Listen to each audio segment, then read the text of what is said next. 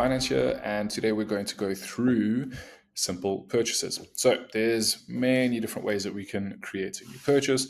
We can go to the plus icon at the top here and just under purchases, select simple purchase. We can go into the purchases module on the left here, under new, select simple purchase, or go to the purchases bar over here, go into there and select the plus button. We can also go into suppliers, select the specific supplier that we're going to buy a product from, and click the purchase simple over here. Right, so let's get into the simple purchase. So this is the simple purchase page that you are presented with at first. We're going to select the supplier. Okay, before we do that, you can see that all of the other areas, you can see that the fields are somewhat filled in, some of them are not filled in. So once we select the supplier, so Ryan's Hop Farm, you can see that the contact was filled in, the phone was filled in, the vendor address line was filled in, the terms was filled in, and the tax rule and shipping. The tax rule was filled in. So this will depend on each supplier, but you have the opportunity to change the details over here. And so we can choose if Ryan had another address, I could choose that over here. Alternatively, I can give Ryan's Hop Farm another address, but I'm not going to do that today. I can also change the terms of the purchase order.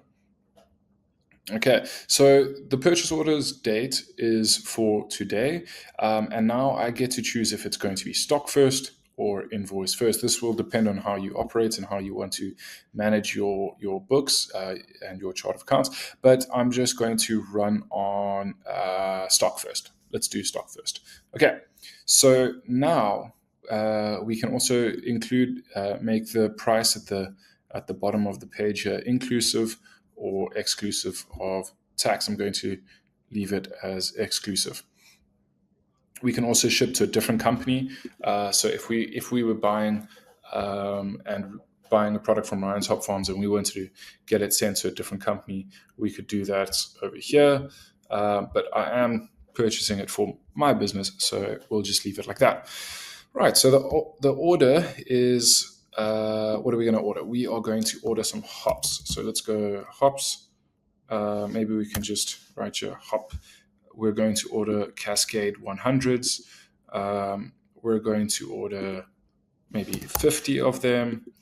And the price of them, I've already spoken to the supplier. He said he will give it to me for $14 per sachet. So that's a total of $6.30. Now let's add some more items. We're going to go with hop.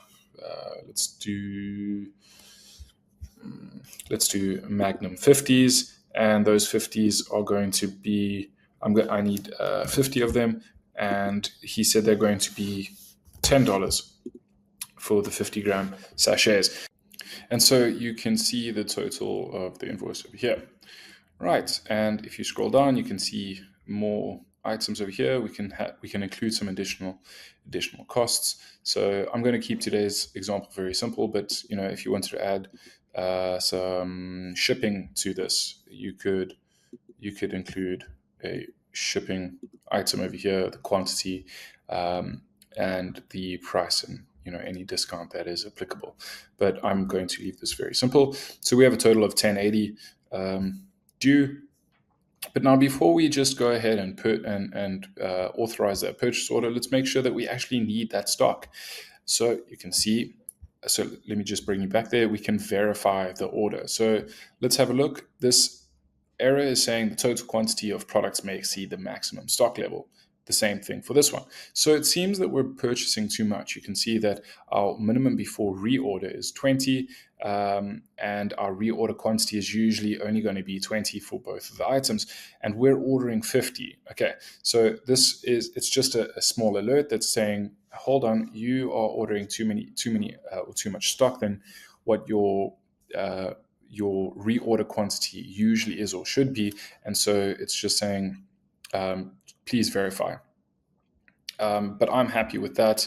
I am going to authorize. Okay.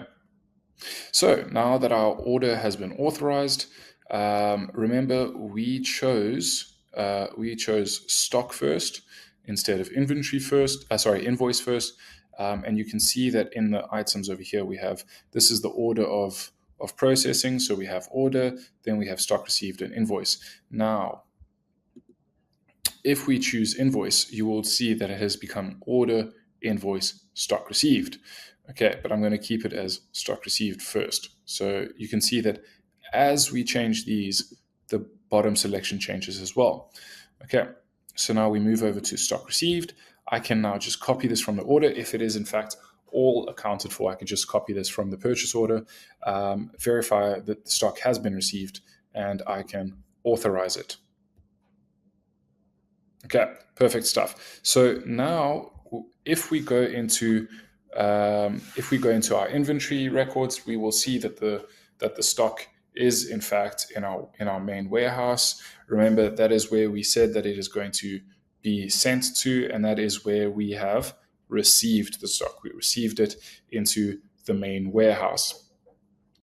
Okay, so now if we go to our invoice, we now input the invoice number. So let's go invoice number 50, invoice date.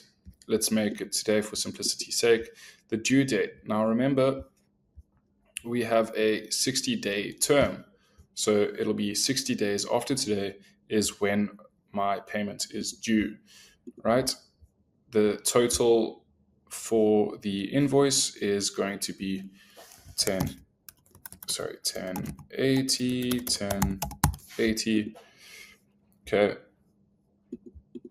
We're going to copy from that, from the stock received, from the purchase order, verify invoice. Let's go USD. We'll go USD. There aren't any values over here, so I'm just going to save that and authorize the invoice. Okay, so now invoice has been loaded. If we have made any payments, we can select a payment over here. We can select the account that we made the payment from. We're going to say here 1080 payment. Oopsie, not that one. So we're going to pay this account in full from my bank. Reference INV 0050, and select save. Oh, we need to put a date in there.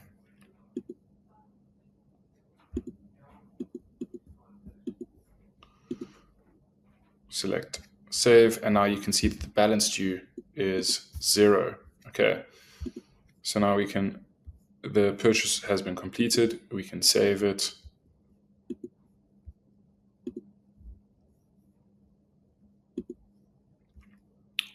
Mark it as received, and we are done. So now if we go back to our purchases, you will see if we order it by date, you will see that all of these items have become green. So the purchase order was authorized, the stock was received, it has been fully billed, and we have paid it. So the PO was PO 0002. The invoice was over here, and the total was 1050.